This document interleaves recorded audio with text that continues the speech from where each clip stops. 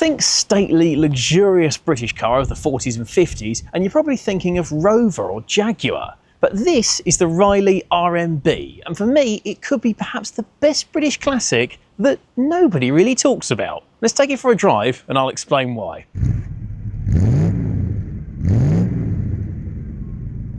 After World War II, Riley was perhaps the most keen of all car makers to get back to it.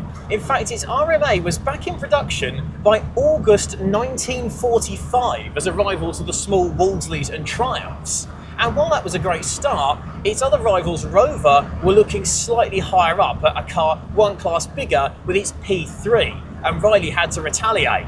And by the end of 1945, it had, with the all-new Riley RMB. Measuring in 7 inches longer than the RMA, the RMB was very much the car to sit at the top of the Riley range. It's grand, it's elegant, it's got those flowing front wings and that big imposing grille. I think it's still a gorgeous looking car today, and yet when you compare it to some of its rivals, it also looks distinctly modern for 1945, wouldn't you say?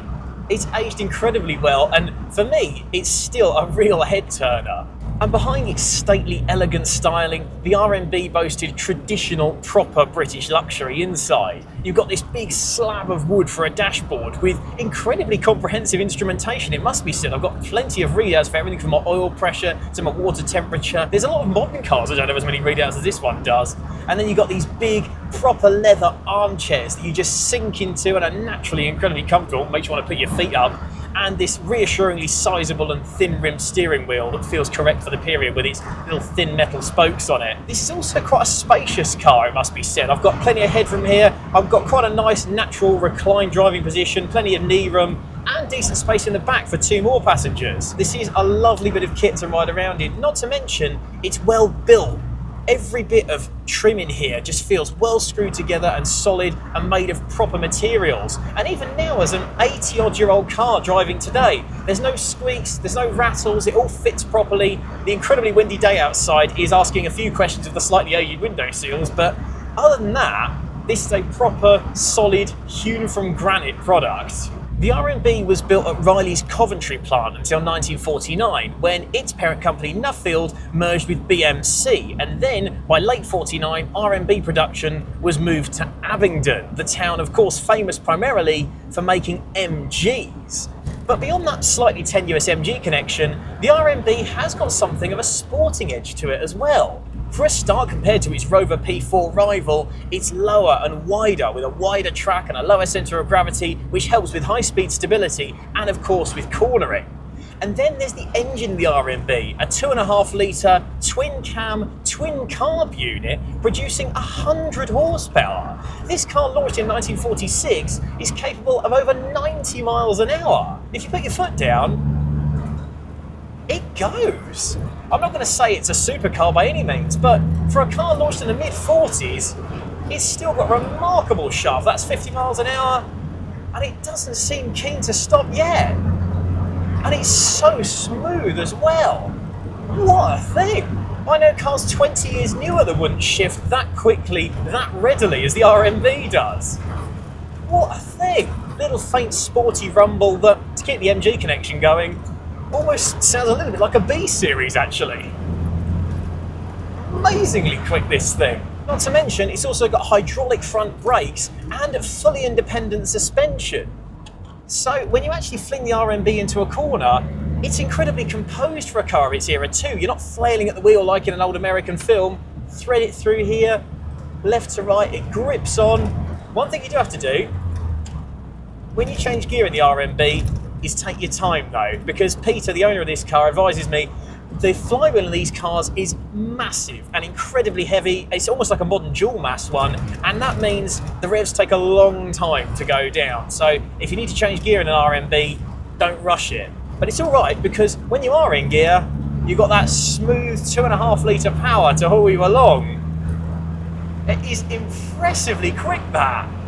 I reckon that would still give a number of fairly modern cars a bit of a scare with how brisk it is. It's remarkably modern to drive. The gear change, when you've got past that slow changing action, is slick, it's tight, it's reassuringly easy to find the gear you want. The steering, like I've said, is by rack and pinion. Again, almost unheard of in the mid-1940s, and it's precise, and it's got a nice weight to it, and it does exactly what you ask of it. You're not flailing at the wheel just trying to keep the thing in a straight line. Even on a day like today where it's blowing about 50-mile-an-hour winds outside, I can drive it one-handed, relaxed, and in comfort.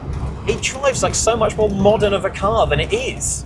At launch, the RMB was £17 more than its Rover P3 rival, but from where I'm sat, it was worth every penny. Here was a car that looked so much more modern, offered more space in the interior, a damn sight more power, and a far more modern driving experience, and a totally unique character for the day. Small wonder then that Riley sold 6,900 of these cars before the RMF took over and kept the success going. And as a classic today, it's got huge appeal because here's a car that's 80 years old that drives like one that's more like 50 years old. It's incredibly composed and well built, and when you look at some of the parts in the thing, like the engine components in Peter's workshop, you see how thick and chunky so much of the metal that goes into this is, and you look at how solid all the trim inside is and how well it's lasted. This was a quality product, and as we've said before, quality endures long after the price is forgotten. And what a quality product the RMB is. It's just a wonderful thing. This was the last Riley built before the BMC merger, and that means for those of us interested in the history of British marques like this, it stands as the last purebred Riley. And what a car it is! Stately, comfortable, fast, luxurious, hugely impressive to drive, and still belies its years 8 decades on. If you're into post-war British motoring, I would highly recommend you give the Riley RMB a try. It's really good. But what do you think? Are you a fan of the Riley RMB? Would you choose it over its Rover P4 arch rival? And if you're not quite sure about that, do go and watch our Rover P4 video elsewhere on the channel. But between now and then, make sure to like this video, subscribe to Classics World for 2 new videos every single week, and we'll see you again soon.